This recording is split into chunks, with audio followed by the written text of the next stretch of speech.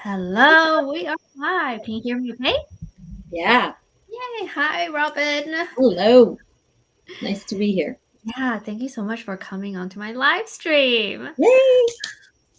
So, Robin, Coach Robin, is from Hidden Gems Coaching, and Robin helps us with career empowerment.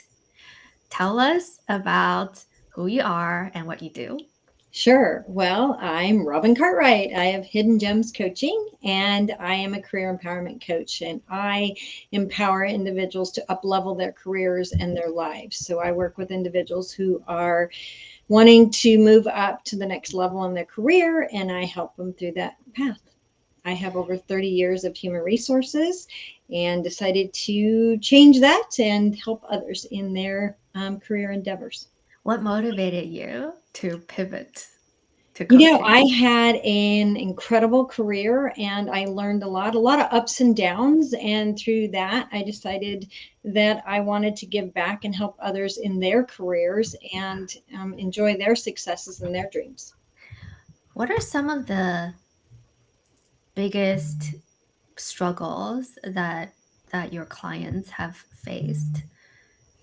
It's a lot of figuring out who they are, what they really want, and being happy in their careers. So Mhm. a lot of people go every day, clock in, clock out, and are not doing the job that makes them happy, aren't in the roles that make them happy. They think they want one thing, but when we dive into it, a lot of times it's this, oh my gosh, I really don't want to do that. I really want to do this. And it's helping them to be better managers, helping them to be better leaders. It's helping them to grow in the skills and their strengths that they're good at. Why do you think it's hard for us to know who we really are and what we really want? I think it's a combination of a lot of things. We grow up in a household or we have a societal feedback that we're getting. We also live in different cultures, and a lot of times cultures demand certain things and they say, okay, you've got to do this. Our parents tell us we have to do certain things. And so we have all these expectations. And then by the time we get out there in the work world, so for example, one of the clients I worked with went through years and years and years of education to be this controller and CFO. And when she got there, she hated it. So it's a matter of we follow all the signals that we're told, but then Mm. we really realize it's not really what we want to do. And we don't know how to do it. Or we have shadow work. We have difficult things that we have to work on and dive into and figure out. And yeah, we just get stuck. What does shadow work mean for folks who might not be familiar with that term? Sure. Shadow work is all those difficulties that we go through in life. So, for example, maybe you want to be a manager, but you're not really listening to what you've been told or what your strengths are. So, in your managing, you're my way or the highway manager. You're Mhm. not managing people as individuals. And so we have to dive into those difficult situations. I call them shadows because they're dark and Mhm. gritty, and we have to dive into some of those beliefs. And sometimes it's a matter of we feel like an imposter or we don't feel like we can be at the level that we want to be at. So it's a matter of diving in, figuring out what that fear is, why we have it, and then moving forward. Cultural issues, things that we were brought up with believing, all of those are all shadow work. What creates or what leads to imposter syndrome that is so common? Oh, goodness.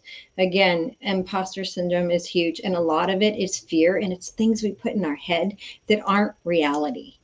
We think we can't do things, even though we have years and years and years of experience, or even though we excel in a certain Yeah. area. For example, you had years of experience, Nancy, but going out there and being a coach, it's like, oh, can I really do this? Right. Yes, because you probably were already doing it and not doing it as a career. So it's Mhm. huge. Imposter syndrome's huge. I want to be a VP.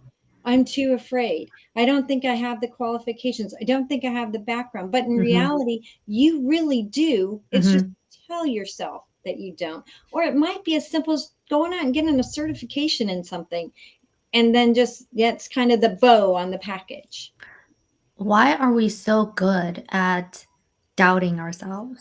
No, because our mind is an amazing thing. We tell ourselves all these things and we actually believe it. And that's puts doubt in it. So you're driving to the store and you're sitting there going, oh, it's an ugly day. I'm probably going to end up with a flat tire. Well, guess what? You end up with a flat tire. So we create more things with our mind and we put more doubt in our mind than we really need to. Is is that because we think that we need to be careful all the time? Oh, there you go with your thinking. I know. I don't know. Yeah, you're right. So you do. We think that. We put Mhm. that in our mind, we think it, and then it happens. So I Yeah. always say that worry is getting something you don't want. Mhm. If you're putting worry and concern in your brain, it's because it's something you don't want. Our Right. subconscious mind just sits there and worries, even though we're trying to tell ourselves not to, but we do. How do we get better at not doing that? You have to learn to turn it off. We have to learn to focus on positive, be around positive people. Mhm. Find funny things to laugh at. The second that negative thought or that doubtful goes into your brain, Yeah. find somebody, help get it out, or watch a funny video, or do something. I like to dance. Dancing and putting on some fun music just to jazz you up and get you going. It just makes you feel better. And Mhm. then you can get that thought out of your mind. Just shoo it away. A lot of people use the phrase, "I can't shake this feeling," or "I can't shake this off." What Yeah, do it's what do we do? well, shake it. Just do it. Work on shaking it. Again, find somebody who's positive. That's why coaches are so good, Nancy, is Mhm. because coaches help us to stay on track. So Right. many times I work with my clients, we give them tasks and then I check with them in a week and see how they're doing. And we meet every 2 weeks and they'll say, oh, Yeah. Robin, this is what's going on. And I'm just feeling doubtful. And then I send them a cute little emoji, or maybe Mhm. sometimes I send them a text or I get on the phone for a 10-minute conversation, Mhm. picking them up, making them so that they stay on that right train. If Right. they get off that train track and they start thinking and they start doubting and they start worrying, the train derails and Right. we've got to go back to the start. Right. Right. Part of it is also the momentum, right? When Totally. we're basically what we need to do is to form a new behavior, but it takes Absolutely. time It does. and there's momentum. That's right. And it's very possible that we give this a try for a day or two and then we lose the momentum and then we have to start all over again. Yeah, and we're so conditioned, from the when we were Mm. children, when we came up and working with our parents or our lives, we're so conditioned that we have to do certain things. And why do we have to follow every single nodule to the nth degree? Unless you're doing a process that is telling you in order to make this widget, it's from A to Z. Unless it's that, why do we have to be so conditioned? Because that's what society's done. That's what the old energy is. And that's why we're moving. Yeah, tell us more about that. What does that mean Ah, to be moving to a new energy? yeah. What is the old energy and what are we moving toward? So the old energy is this 3D dimension that we've had over the last 2000 plus years. And that energy is one where we're separate consciousness. We're separate people. It's all about me, me, me, me, me. I want to Mhm. climb. I want to be successful. Everything is material world. I need this to look good. And it's all about me. It's all about separate consciousness. We're moving into more of a 5D energy, and that is more of what they call feminine, not in feminine like the human female. It's in feminine as in the heartfelt consciousness, the collaborative consciousness. And this is a consciousness where we are more of a team. So Mhm. we work together. And that's the energies that we're moving into for the next 2000 plus years, is to become more of a team, to think together, to solve the problems of the world, to solve the problems of humanity. We are going to form more of a unity to do this, be more flexible, expansive.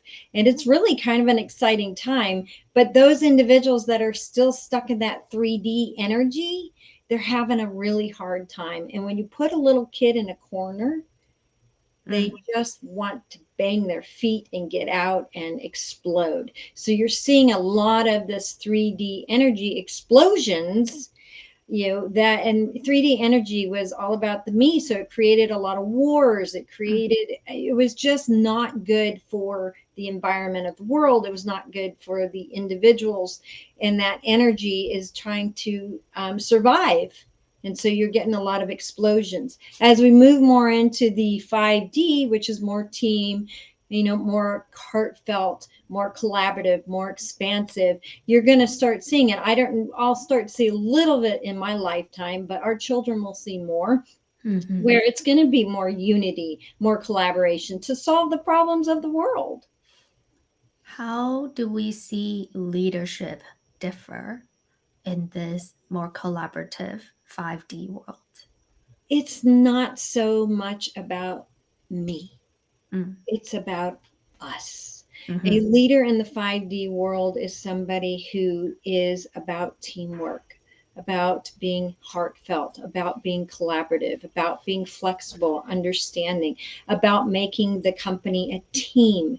And one of the individuals I worked for, early on, and he was way before his time, he was always saying, it's not about an I, it's about a E, it's about a team. And it's really moving into leadership, and this new energy is more about the team of working together to get the goals of the company or the goals of the world or the goals of the individual achieved. So it's not so much about me. If we talk to all the companies out there, they probably would always say, we care about teamwork, we care about our people. They say that because it sounds really good. But in reality, the Mm-hmm. percentage of the actual companies that do care heartfelt about their team Mm-hmm. is much lower. Because at the end of the day, it's about the bottom line. Mm-hmm. New energy is not so much about the bottom line. I mean, yes, we've got to make money, we've got to be able to pay for our employees, but it's more about growing our team and expanding and having that consciousness of being a unity and doing it together. It's not Mm-hmm. so much about that CEO making those millions of dollars or the board members making the Mm-hmm. millions of dollars, as it is, I want this company to be unified and successful to help the greater good. How would that change the way companies operate today if they were more 5D? It's going, well, a lot. It's going to help raise employees and make them feel important and help up level their careers and train them and Mm-hmm. challenge them to be better. Mm-hmm. Much more collaboration than you have today. It's more about, you see it every now and then. You hear about the CEOs who don't take their bonuses to give back to the employees. Yeah. Those are the heartfelt 5D energy Mm. CEOs that are really looking out for the entire company.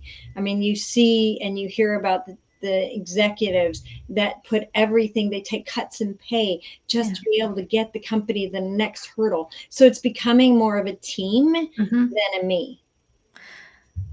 How do you see the tech industry right now, where all the tech companies, not all, but tech companies are doing layoffs and multiple rounds of layoffs? How do we explain that? Like if the way they operate is more 5D, how would they approach a down market differently? It's looking ahead, and it's looking at the numbers, not just a year or two down the line. It's looking Mm-hmm. at the numbers 5 years. It's being more conservative with their spending. I mean, Mm-hmm. people just get real confident and think, oh, we can do this and that. And they get overconfident and then they Mm-hmm. spend too much. It's Mm-hmm. looking at, we couldn't plan COVID. I mean, Right. there were very few people that, really thought it was going to hit the United States, and it did. Mm-hmm. Nobody thought we'd shut down for as long as we did. So you Right. can't plan. So it's a CEO that plans for the unexpected. Mm-hmm. It's a CEO that thinks and cares about their employees. It's the Mm-hmm. executive team Right. that is much more collaborative, saying, okay, here's the plan, but if we have this hiccup, what do we do? It's the Mm-hmm. person that, for example, that puts the savings account together. for that rainy day. So the CEO is putting Mhm. the company together Mm, for that rainy day. mm, When that rainy day comes, they're ready to move with it because they already have the plan in place. mm, And it's not forming the plan just himself or herself, it's planning that plan with their team. I see what you mean. Yeah, it's Right. working together. Working together. Right. We think we work together, but we don't really. No, Yeah. because Yeah. we've been conditioned so long about Right. me. I'm Right. the one who has to succeed. I'm the one who has to do good. You know, you're conditioned in school. You have to get good grades. It's not about the entire class doing good and Right. learning. It's about you. We think that there's not enough abundance or there's not enough success to go around. But that's And a myth, isn't it? yes, Because it is. everyone can succeed. Everyone can Yeah, be abundant. there's plenty out there. And Right. it's changing your mindset and working on that to understand this. Right. And it's working together. Right. So the homeless problem, for example, is a huge passion of mine. Mm. And that is a problem that can be solved if we work together. I Mm. sit there and I listen to the issues in the world, and I think if we just got together, we could solve a lot of this. Right. Because we we don't see everyone as us. We see us versus them. Right. But how would the world look and feel differently if it's just us? We're Yeah, in this together. a lot different. There's Hmm. no Right. hierarchical, the rich help the poor. We're united as one, Right. which we're Nancy. It's going to take a long time to get there, but it's baby steps. It's Right. little by little by little that we will get there. It's corporations that start thinking this way Yeah. as one unit, as one collaborative, cohesive company, Right. and doing things like that. And it's understanding the mindset of abundance. Abundance isn't the green money that you have to pay the bills. I mean, yes, we need to pay the bills, Hmm. but it's the love, it's the friendship, it's being thankful that we have a house that we can, or a roof over our Right. head. It's those little things. That's abundance. So Right. it's really understanding that you have abundance Right. and then forming that group and that team. Yes. It's also a mindset shift Yep. where I could be abundant, you can also be abundant, everyone Yes. can have abundance. Yes. Because it's not limited. Right. Right now, we think, oh, if we let that person succeed, then I'm going to lose. Yeah, Right? But it's a fight or flight right now, right. and Makes that's the 3D. makes so much sense. How long is this going to take? Thousands of years. Oh my gosh. How were we always in 3D? No, there, I before in the last 3,000 years ago or so, we were more in a 2D type What of. was that like 2D? What was 2D like? I'm not an expert on the 2D, but it was Mm, more of a survival mode. You mm, had to survive. You mm, you had to go out and forage for your food. You had to do your crops. mhm. It was all about survival. Okay. And then when we started realizing that we could conquer, Mm, then we started moving into this 3D, because now it's mm. about me, and I want to be this person in charge, and I want to be the king, and I want to be. Right, right. Yeah, so then it became me. So we went from the survival, just foraging and trying to find how to survive the Mhm, winters, into this 3D, which is much more of the me. mhm. And now we're moving into what they call the 5D, which is more the collaborative, Mm. unified environment. So this is profound. What would be an example of a baby step we could take toward 5D, which is going to take thousands of years? I would say, if I was coaching an individual right now, that I would look to work for companies that have more of that unified feel to it. Mhm. I would work on my mindset as an individual so that I understand abundance, so that Right. I can have a better mindset of a unified. And I would try really hard to understand that we're all human beings here. Mhm. and we're about working together. Makes sense. Let's pivot a little bit because we received a question during the sign up. This person wants to know, how do we get champions at work to be on our side? A Yeah, champion is someone who can open doors for us, who probably believe in us more than we believe in ourselves. right. And that's called mentoring.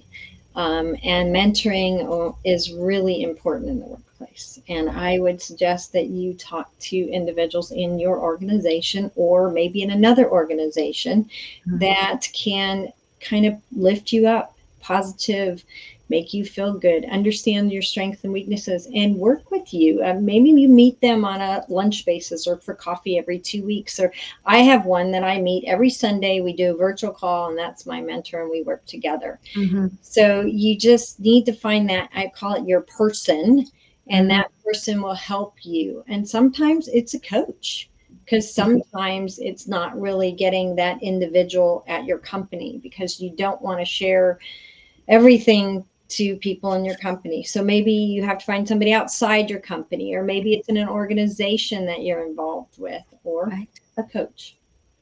What's the difference between mentoring and coaching? Coaches are somebody that are going to keep you accountable, are going to Mhm. push you towards the actions to get to the end result. Mhm. Mentors are somebody who are probably most likely in the job you want to be in Mhm. or pursue, and they are teaching you what they know. So Mhm. they're growing you and growing your skill strengths. And the Right. coach is the one who is making you move forward and be Mhm. accountable and have those actions. Right. Right. Makes total sense. A coach can't necessarily do your job. No. Yeah. But a mentor might have done your Right. job one time. Right. So Makes so it's, much sense. yeah, so if I was a product manager and I wanted a mentor, I would most likely find a director or a VP, Mhm. because if I want to move up in that organization, that's the mentor that I want. And it might not be somebody in your own company. Maybe Right. it's through an organization that you go to. Right. Makes sense. Yeah. Now let's talk about why we think it's very important to empower women in the corporate world. Oh my gosh, because ladies, we need to step up. I mean, there are more men on board of directors and in leadership in organizations in the United States. I looked at the 2022 CNBC poll, and it said that there's only 29% women from 2022. 29% of women are on boards. Really? I mean, we need to get more women in there. And it's important to have women in leadership positions. For an example, a Mhm. little girl looks up to the woman at the seat of a big company and, wow, I want to be there one day. Or a woman in politics. I mean, we are making strides in Yes. politics as women. Yes. But you look up going, oh, I want to be just like her one day. So there's that. Then there's also what we bring to the table, which is women are strong. There's a lot of strength that we bring. Just because we shed a tear does not mean that we are not strong individuals. Mhm. Women bring a different viewpoint. We are very good at handling multiple things and being able to put those things in directions that they need to go. So if you think of a woman, here I am with 20 different things coming at me. And men, that's why we talk so much. We've got so many things up here in our head. And it's like having a little pinpoint, Yeah. and then there's all these little arrows coming out of it. If you think of it on a PowerPoint presentation, you've got your Mhm. circle and all these arrows Mhm. coming out, and we're really good at directing. We need this, we need that, we need this. If you've ever seen, like, I was very involved in my son's baseball, and you've ever seen a woman or a mother take over a luncheon or barbecue or award ceremony for that, I'm telling you, this is what you need, this, you need that. I mean, they just put it Right. in order and it comes off great. Yeah. So we're really good at that. We're also, the majority of us are extremely heartfelt. Mhm. So we understand that life is not just about work. Yeah. Life is about a lot of different components. There's a lot of different features to life. We have our, kids, we have our parents, we have our activities, we have our friends. So we're heartfelt. We understand that it's not this huge, incredible grind. And women are very good at being um, workers that understand that you don't have to work long hours to get the job done. We're good at our calendars for the most part, and we're good at making sure that we get our work done that we need to have done. So there's a lot of sensitivity and flexibility and heartfelt in there. So women, let's go, step up. What happens when, because everything has to be balanced, right? So there should be a healthy balance between the masculine and the feminine. Hmm. What happens when we don't have enough masculine and just only feminine energy? What would that look like? A little tilted. Um, so we do need that Yeah. masculine energy because we do need to fight. We do need Yeah. to have that toughness. We need to move forward in that strong, oof that Mm-hmm. the male energy brings. Yeah. And so it's really good to have that. That's why boards would be great to have an even amount of Yes. female and male Yes. energy on there, Yes. because the male energy is incredible. I mean, they can take a task and go down that tunnel, and it's amazing. Yeah. Whereas a female, oh, this, Mm. that, Yeah. Yeah. it's a Yeah. little chaotic at Yeah. times. But a man just sits there, Yep. and that's the goal. Yeah. You think about a man, thousands of years ago going after in war, Mm-hmm. that fight. I Yeah. mean, they have that drive. Yeah. And so it's really good. We feed off of that. And sometimes women get too far into the female energy, the too far into the Yeah. heartfelt. And it's really good to pull back because you Yeah. can't always be there. Yeah. And that's why it's a balance at the end of the day. Huge. We're not saying that the feminine energy should take over. We just want a more healthy balance Right. because that's how it's supposed to be. It's supposed to be a masculine and feminine energy that are balanced. And if we had And more balance in this world yeah, and in these companies, oh, yeah, so successful. yeah, makes so much sense. The follow up question, which is related, is why it's important to help women excel in their roles, breaking down barriers of fear and boosting their confidence. Let's break this down because it's kind of like a loaded The big question. one. We kind of talked about the first one already, needing a more balanced masculine and feminine energy. Yep. What does breaking down barriers of fear mean? Because for so long, women are conditioned that they can't succeed. I mean, for a long time, it was women were supposed to be at home taking care of the Mm-hmm. children. They were the ones to take care of the home. They were not the ones to go out and work and bring home the income. And it's conditioning women that it's okay to go and do that. It's also breaking down the barriers that we can be successful. It is okay for a woman to be at the top of her field. It is okay for a woman to be successful. There's nothing wrong with it. Mm-hmm. And then, the other issues, women don't, for some reason, and a lot of it is based on how they grew up and their conditioning, but their boundaries, they don't have them. They want, a lot of them want to do everything for everybody. Mm-hmm. They feel that that's what they did. They feel that that's what they were brought up doing, and that's what Yeah. they were told they had to Yeah. do. Is yes, yes, yes, yes, yes. Well, it's okay to say no. Right. And it's dealing with those fears, dealing with learning how to deal with your boundaries, learning how to, be on top of who you are, and looking at your plate and understanding, you only have so much time in a day, and that's all you can do, and that's okay. What does that look like? The barrier of fear. Does that mean that we would be better at giving ourselves permission to take on this new challenge? Yeah. Well, fear is an amazing thing. And again, it's what we put in our head most of the time. So it's taking one little step Mm-hmm. towards it, Mm-hmm. not three steps backwards, one Mm. step towards it. So if you say you want to be a doctor, you're in high school right now, and that's what you want to do. then go talk to a doctor. Find out, what does a doctor do? How much education do they need? Educate yourself on what it is that you need, and then start taking one step at a time towards that. So a lot of times I coach women that want to move up to the next level in their jobs. And I tell them, go talk to somebody who's in that job. Understand, how many hours do they put in? What exactly do they do in that role? And then take one step to get there. Maybe they need a certification. Go get your certification. If they need to let their managers know, 90% of the time, managers don't know that you actually want to move up to that next step in your career. Mm-hmm. So talking about it, telling people.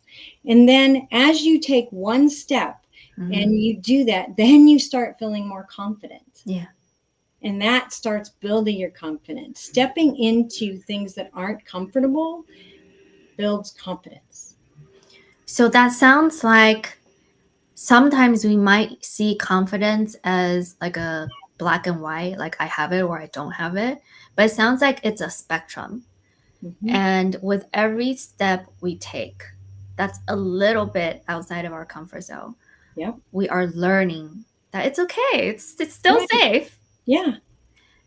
And that's how we build up our confidence. And once we have taken that one step, and then we feel, oh yeah, nothing bad is gonna happen, or nothing bad happened. Okay, now I could take my second step, and I could take my third step, and every step that we take, our confidence is getting stronger and stronger. Mm-hmm. Yep, that's it. So it sounds like taking that first step is crucial. Yes, and that's it. You do have to take that one first little step to feel more confident. How do we help people take that first step? We, as individuals, we encourage people to do it. Lay out a plan. As a coach, I lay out a plan and I say, okay, here's your homework, one little step. For example, I worked with a woman who was having problems with boundaries. So what we did is we figured out, okay, where are at home, where it's safe, where's your lack of boundaries? So she actually asked her husband to cook a meal for her. Good for her. Work. Can you cook a meal for me? A boundary.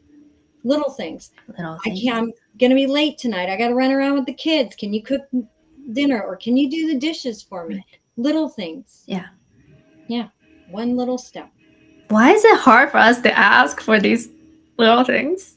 Because I think, again, when you go back to that conditioning where we're conditioned that we have to do it ourselves and we have to take care of it all ourselves and we have to control it. Right. Oh my gosh. Right.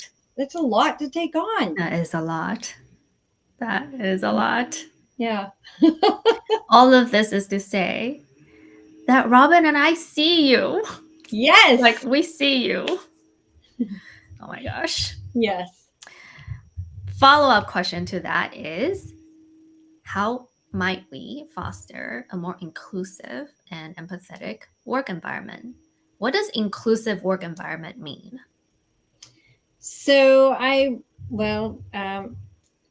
feel that an inclusive work environment and an empathetic work environment is one where we're working together, we're unified. And if we have more of that 5D energy, it's going to start fostering that, where we can be inclusive, we can be empathetic, we can be understanding, we can work together, we can be a good team. These are all really good. And how we foster that is by all of those things I just talked about in the energies. It's by working together. It's by being flexible. It's by being heartfelt. But at the same time, having that male balance of, you still need to get the job done at the end of the day. Yeah. Yeah. What is that first step that all of us can take to foster or to start fostering a more inclusive environment? Start being more positive. Don't go out there for the win for yourself. Go out there for the win for all of us. You know, be more positive about it. Wake up in the morning and feel the energy of the world. I mean, you're lucky you're here. And be 6 feet under. You're here. You're here to be a human. You're here to experience life. Go live it. Have a good time. Right. And if you had a bad day because, I don't know, you got in a fight with your husband or boyfriend or kid or whatever it is, or got that flat tire on the way to work, Hmm. sit, calm yourself, re-energize and reboot yourself like you do your computer. Get back on track. What if that challenge is happening at work, which really challenges us to be Yeah. positive? I know. And sometimes there's that political mucky muck and we're just like, how do we go through that? Who do I trust? How do I navigate the waters? And Hmm. it can be really hard. Yeah. So my suggestion is sometimes go take a walk with somebody. If you can find somebody that you can talk to about Yeah. it, maybe there's a mentor or friend or coach, somebody that you can call. Hmm. Sometimes I get texts from my clients saying, I'm having a really bad day at work. Robin, do you have time at this time just for a 5-minute check in? Yeah. And I'll be there for you. Yeah. So it's a matter of just finding somebody and removing yourself from it and then finding somebody to talk to. One gal I knew actually locked herself in the closet one time because she was having such a stressful day with all the deadlines and she needed to regroup. So she went in the closet, put on some soft music, and meditated for 20 minutes. Whatever it takes. Yeah, you do whatever it takes. One time I had the worst conversation with my CEO that just completely shocked me. And I had to go into my car, drive away, and just park somewhere else. Yes. And I just cried, like in my car, Yeah. away from that parking lot. And sometimes you need to do that. Sometimes you just need to remove yourself. Yeah. Yeah. There's another time when I went to the bathroom and I cried. Yep. Done that many times. Yeah. Yeah. Because when you cry, you're releasing Yeah. all that energy that's Yeah. built up, and that is so helpful. And that Yes. will help you be more positive. Yeah. And then go watch some funny video so you can get back. Okay, I've got this. Right. Right. But it's first step is you need to recognize that you're maxed out. Like Yeah. when you're so filled with rage and sadness and like shock, just like all the feelings, you have to create that space Yeah. to let it out, however you do it. Yeah. Yeah. And, when you take care of yourself, Hmm. whether that, sometimes people think self care is like going to getting a massage. It doesn't mean that. Right. Sometimes it just means sitting quietly with yourself and Yeah. taking a moment. Yeah. And when Take you a moment. start doing that, then you start feeling better and you start Yeah. feeling more positive, and Yeah. then you can be more inclusive and Yeah. empathetic and help grow that work environment. At what point do we decide? So there's always a decision. Something bad happens at work. I could navigate it. I try to survive it. Hmm. I work my butt off. I can do all those things. Or I leave and I exit. How do we balance this desire to, I just want to do a good job? And I try to make other people happy Yeah. versus maybe I should just exit. Sometimes exiting isn't exactly the answer because the Hmm. grass isn't always greener on the other side and people Yeah. just run away from their problems. Yeah. Sometimes it's sitting down and figuring out the why. What is really going on? Right. Why are you really unhappy? What is really going on? And is there something going on in that shadow and that difficult Hmm. part of your life that you're not listening to? Right. Are you not understanding that you are making mistakes? Are you not understanding that you're letting your team down? Are you not understanding that to be a manager, you cannot be this person that is all about my way or the highway? So, really, you have to listen. And then, did you talk to your manager about your goals and your dreams and where you want to go? Hmm. So, if you have done all of that on the checklist, Yeah. then let's go and empower and move on to the next opportunity because maybe you aren't in a place where you can grow and shine. Hmm. Hmm. Makes so much sense. Yeah. Because part of it is also our responsibility to put in the work to get the thing that we want. Yeah. But then there's also a point where we put in the work, but it's not aligned. Right. Then find something else that is more aligned. I mean, so many times people say, oh, I want a career that is aligned to my life's purpose. Right. And I'll say, well, are you happy? Are you doing what you really love to do? Are you feeling good when you go to the office? No. Well, then you're not aligned. Right. Whereas I commuted a really long distance to get to work, but I loved the people I worked with. I loved my job. Yeah. Every time I was there, I was glowing with happiness. That was my life's purpose Yes. in my career. That's alignment. A total alignment. Yeah. Yeah. All right. Next question. Oh, fun.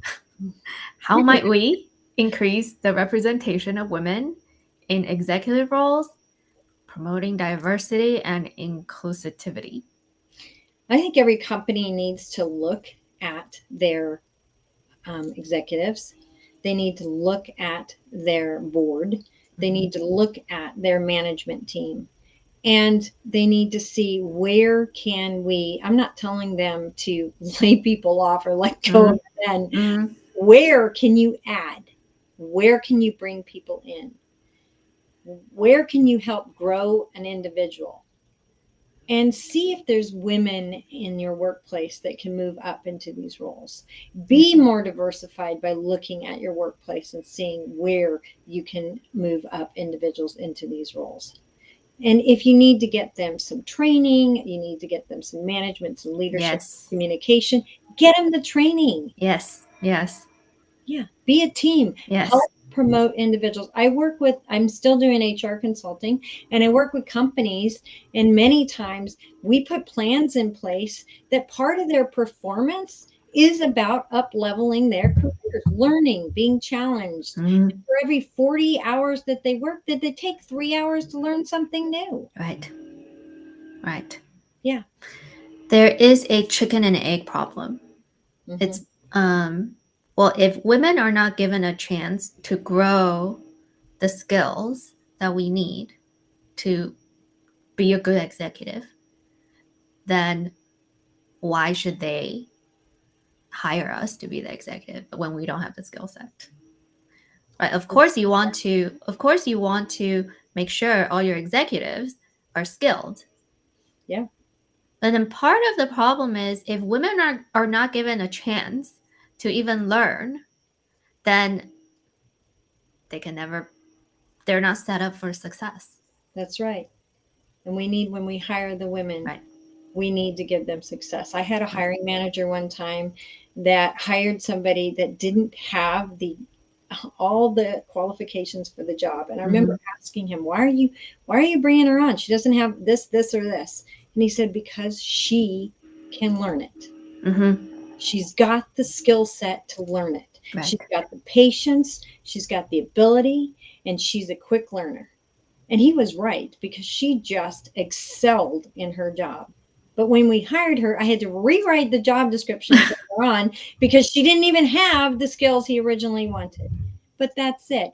Hire the person that is able to learn, that is forging that positive energy, that can move into that. You don't have to hire the exact person at the time, but hire the person that you can groom and teach and have them grow into that capacity of being a senior leader.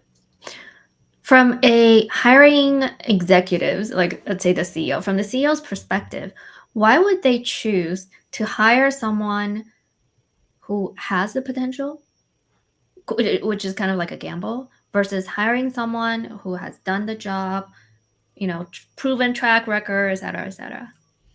A lot of it, when you're interviewing, it's not all about the qualifications of the job as it is about the right fit of the person. So just because the person has the exact qualifications of the job does not mean they fit into what you're doing as a company. Doesn't mean they have passion for your organization. It doesn't mean that have the ability to be the leader that you are looking for in your organization. Right. So just because on paper you have that skill set. And it's the same for the person interviewing for the job. Why do I want to go into a company that I do not feel good at? I mean, I've actually interviewed at companies and I've left going, no way am I working there. So it's the same thing at Hmm. both sides. I'm curious, in that job interview that made you, you know, feel that way, what are some of the signals that you picked up? Just, when I sat down with the hiring manager, I didn't connect with him Hmm. at all. Hmm. Just vibe or whatever, the energy Yeah. wasn't there. Yeah. And I felt that I had to peel onions to get Hmm. him to answer to my questions about what he was looking for, where we were going, where he didn't even have the understanding of the company and their goals. And to me, I always needed to work with somebody who's going to mentor me, who's going to pick me up and put Yeah. me in a positive mindset. And he just did not have that. Yeah. And I didn't want to work for that. No. Mm-mm. That reminded me of an experience I had. It was the weirdest thing. I had an interview in person with the hiring manager, and we were put in this huge room, a huge conference room with a large table. Mm-hmm. We started the interview kind of like toward the same side of the table. And then for some reason, toward the end of the interview, this hiring manager just, and we're on chairs with wheels. Mm-hmm. He just kept going further and further and further and further away from me. And toward Oh, the end of the interview, he was on the other side of the table. Like, well, there tells you something right there. and I was like, what is going on? Yeah. I mean, and when you're in interviews, it's so important to look at all those little signals, Yeah. because why do you want to be in an environment where your boss wants to be on the other side of the room? Right. And then, then we go into this inner dialogue. Did I say something? Am I not good enough? Do I What did smell I bad? do? Like, what's the Right. problem? Yeah, right. Yeah, So bizarre. yeah, exactly. All right, we have another question that came in through the sign up form. And the question is, how do we keep up the motivation and energy while working from home? I see myself procrastinating. Oh, yes, working from home and procrastinating. It's so easy to do. So I think the biggest thing is time management. You really have to look at your schedule, know what time, and it's okay to take a break and go walk around and go outside and take a walk. We do that in the office. When you're in the office, you walk down the hall, you run into somebody, you have a coffee break, you go outside, you walk around the building, have a cigarette break, whatever it be. We're always taking breaks. So you could do the same thing at work, just time management it when you're at home. So schedule out your breaks. Okay, I need a 15-minute regroup my brain break. I don't always have to be sitting at the computer all day long, because your brain does need a break. So go get a glass of water, Mm-hmm. go for a walk. It's okay. And then keep your schedule. So if you have scheduled in, this is my office time to do work, list out what that work is, because if we have a list, human beings, we love to cross them off. Me too. Right? You have your little lists, Yeah. and then you like to just kind of cross off your Yes. little to-dos. And that's exactly what our brain likes to do. Yeah. So write out in your office time, what are you going to achieve during that time? 1 through 10. If you can't get them all done, great. You do it the next day on the next Mm-hmm. office time. But really plan out your day, because otherwise you'll just be sitting there the second you hear a noise in the other room and, procrastination. Gotta go do it. There's probably also a deeper level to this, which is, why do I want to procrastinate? What Mhm. is causing me to procrastinate? Sometimes we want to procrastinate because we really don't want to do the job. Right. Right. And then when you dive into that Yeah. and you're not happy in Yeah. that job, then we need to work on that one. And that's where working with a coach Yeah. really comes into play. Imagine, let's visualize this. What if work doesn't feel like work anymore? What if Hmm. there's no reason to procrastinate because I just want to show up? I just want to get this done. I just want to work on this because it makes me feel good. then that's Or, a good thing. right, imagine that. So many of us, we work really hard and then we look forward to that vacation that we've been planning all year long, and we go on that vacation. We can't stop thinking about work, but we're still on vacation. Then we come Mhm. back, then we dread going back to work because now there's 1,000 emails waiting for us. Yep. Right? That's the most common scenario.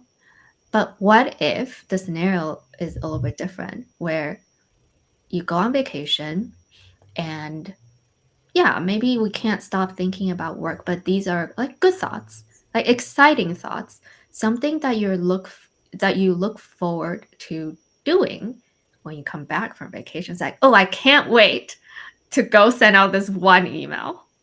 Like, how would that feel like? What Yeah. if that was possible? So when you're in a job that you really love and you're shining in it, those thousands of emails aren't a problem. Yeah, You, I would come back and I would schedule out half my day to get through the emails, yeah, and I'd really kind of skim through them and do the ones that were a priority. When you're in a job where hmm, you hate yeah, the job and you're miserable, yeah, and it's just like, oh God, now I got to go back for those thousands of emails, then you're dreading it. You got the pit in your stomach, you don't feel good. Then you really need to look feel good in that job. Are you yeah. not liking the job? Do you not like the company? What is really going on? And when you dive into that why, then you can figure out how to move forward. So then Yes, you look at how you can get out, what you need to do. Or maybe you're in a department that's not the right department for you. That happens often.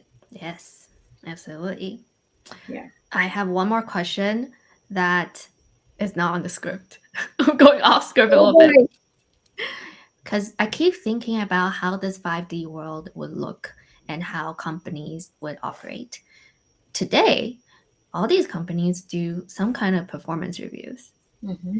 And performance review is a thing that gives a lot of people anxiety. Mm-hmm.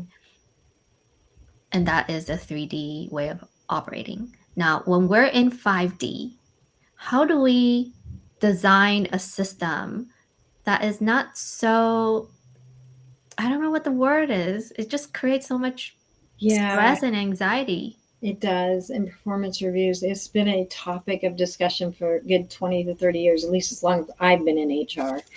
And I am a proponent of performance reviews where, yeah, you talk about how you're doing in the job, but you also work on growing the employee and having them be more of a unity and a connection with everybody on the team. Mm-hmm. Not so much the me, I, as much as a cohesive environment. We're a team, we're an entire department.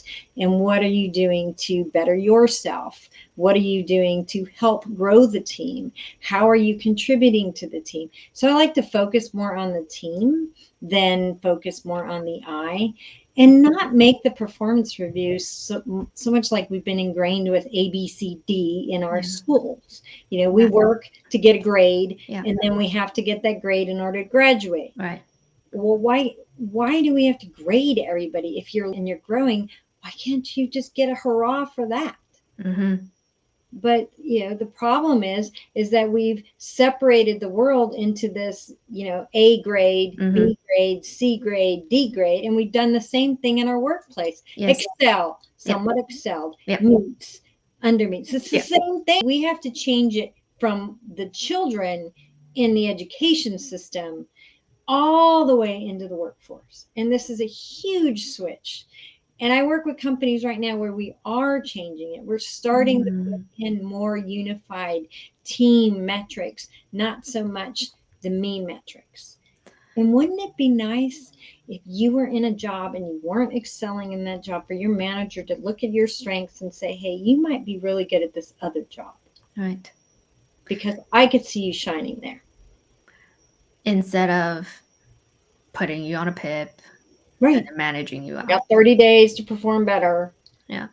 I mean, if it's a job where it's a process, you have to do A, you have to do B, you have to do Mm-hmm. C, and you're putting these little widgets together, that's a different story. Right. But a lot of jobs aren't that way, Right.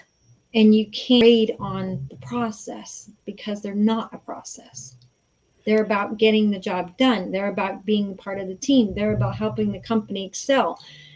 And wouldn't it be nice if you had somebody on your team going, hey, I can partner with you and help teach you how to do this? Where Hmm. that stress wasn't there. Right. This stress of we have to excel in order to get that increase. Yeah. It's too much.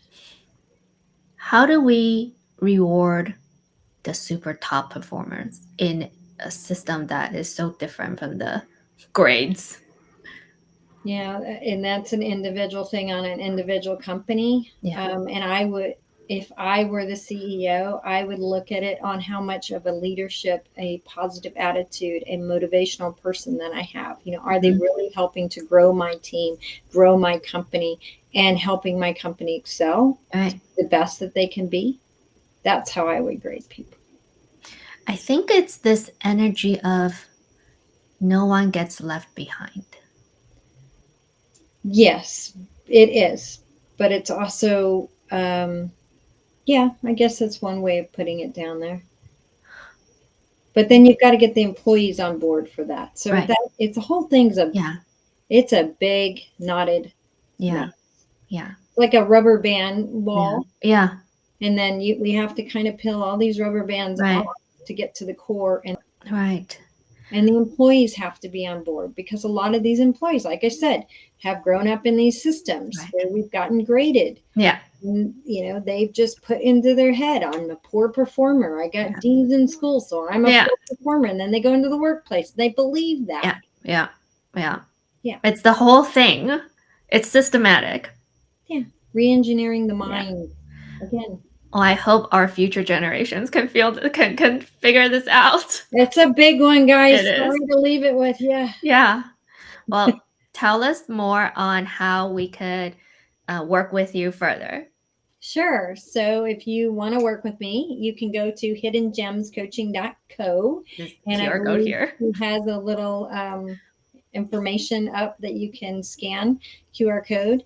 So hiddengemscoaching.co, you can go to read more about me. You can go to the contact form. You can fill it out. I'd be more than happy to just have a discovery call to see if we work.